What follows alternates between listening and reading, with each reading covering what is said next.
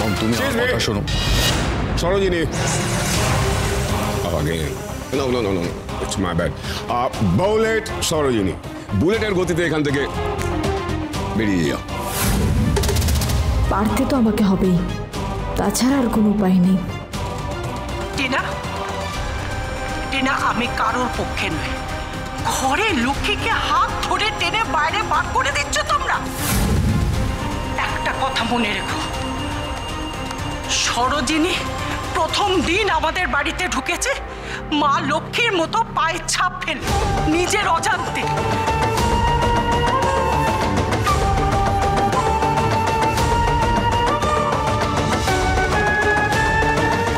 আমার তো বরাবরই মনে হচ্ছে বৌদি সরোজিনীকে পাঠিয়েছে এই বাড়ির মানুষজনকে সামলে রাখার জন্য।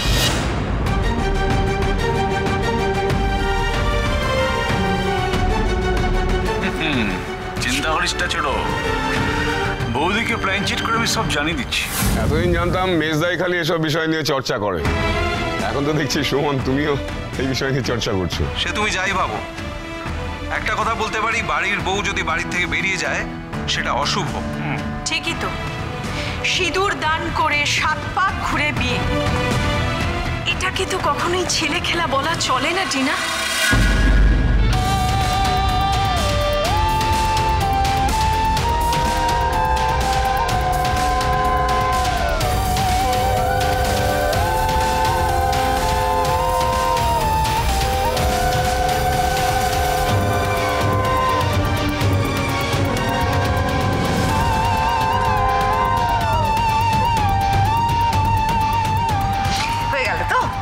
সবাই মিলে দাঁড়িয়ে দাঁড়িয়ে আমাকে উপদেশ দেবেন, আমাকে সেটা শুনতে হবে, সেটা হবে না গো। তুমি চিন্তা করো না রাতুল, তুমি কেন এই কাজটা করতে যাবে? আমি আছি তো। এই মেয়ে চলো। টিনা চলো, অনেক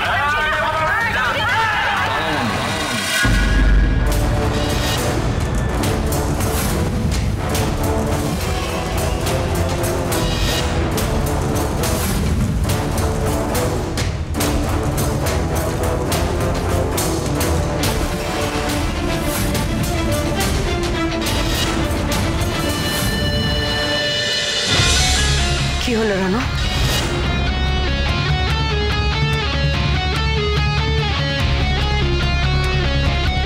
তোমার জন্য একটা মেয়ে যে কিচ্ছু জানতো না তাকে বিয়ের পিড়িতে বসতে হলো।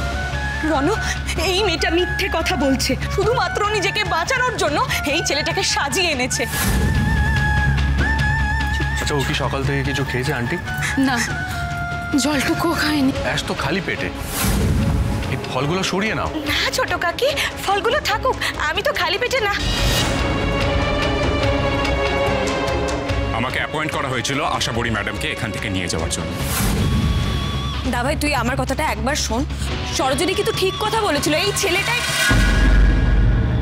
কোথাও একটা ভুল হচ্ছে মম, আর এই ভুলের দায় এসে পড়বে চ্যাটার্জি পরিবারের ওপরে, তোমার ওপরে, আর আমি সেটা কিছুতেই হতে দেব না।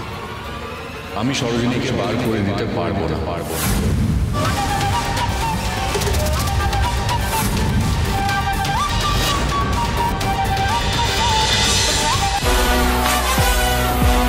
বুলেট সরোজিনী সোম থেকে রবি প্রতিদিন বিকেল 5:30টায় স্টার জলসায় ও জিও হটস্টারে।